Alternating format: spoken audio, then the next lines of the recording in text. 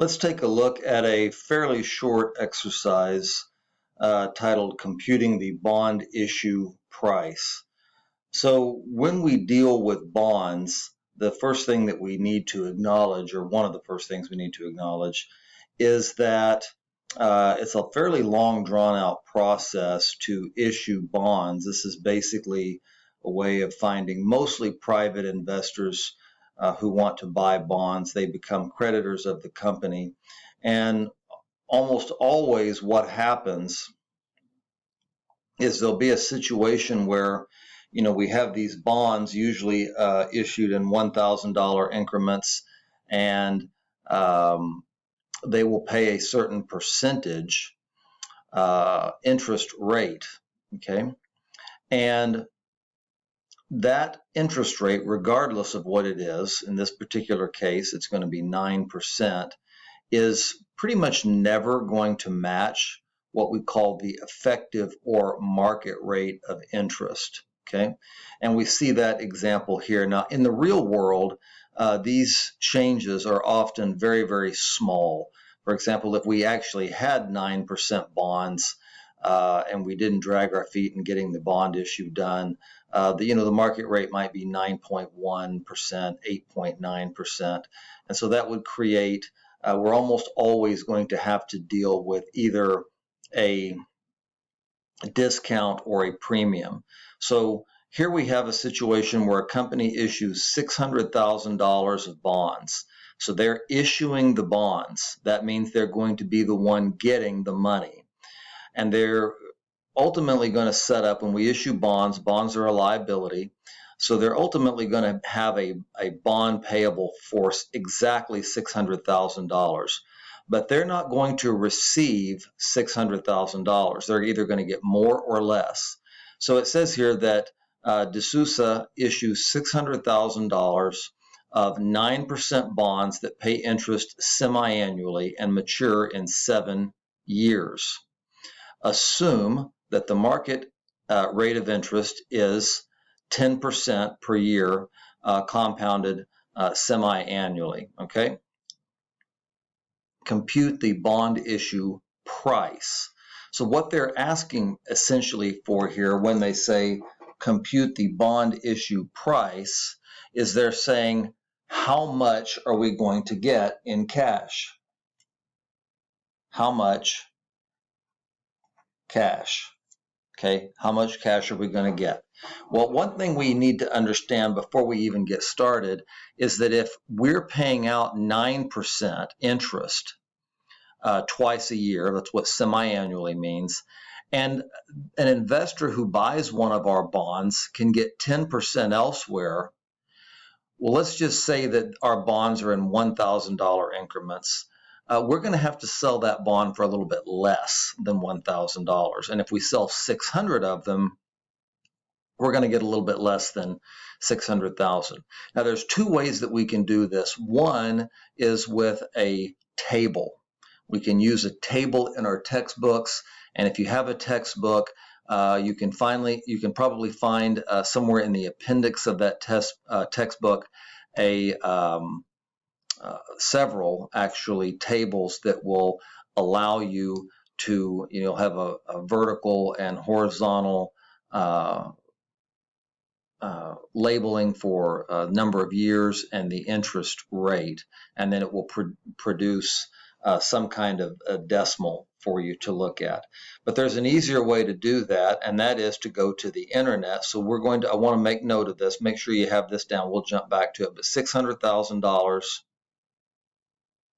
in face value, 9% is what the contract rate is. 10% is the market rate, and it's very important that we recognize that these are semi-annual bonds that mature in 7 years, because essentially what we're doing is we're going to be calculating the present value of these $600,000 in bonds. So I have a website pulled up here, and I just did a search on bond present value or something like that, and I got to it. And so we have this, let me expand this out here if I can, so you can see all of this. Yeah, the name looks like the website is bond present value calculator. Let's see if is there a way I can make this. Okay. Well, so we know our example. We have a face value of $600,000 for our bonds. Let's see if we can get this to work. $600,000. Okay. Annual coupon rate, or the interest rate that is on the face of the bonds. And in our case, it is 9%. The effective market rate of interest is 10%, and years to maturity is 7. Okay. Now, because this is set up for annual here, we need to switch this to semi-annual. If we didn't have a semi-annual option, if all we had was an annual rate option, we could still do this. We would just need to take this number, the annual coupon rate, and half it to 4.5. The market rate would become 5, and years to maturity would then be 14. Okay, but it's easier to just change this to semi-annual, and that way all of our numbers are the exact same that are in our question, and then we're just going to click calculate. And let's see here if I can expand this out to where we can see it. Give me 1 second. Here we go. So we had $600,000 in bonds, and so notice that we did some of the things we talked about. It converts this number of payments to 14 and the adjusted market rate to 5% rather than 10. But what we're interested in is the present value of the bond. Okay, that's the amount of money that we're going to be receiving, and that figure is $570,304. So let's go back over here, 573.04. 573.04. And again, we can use the internet. Okay, that's how we did it.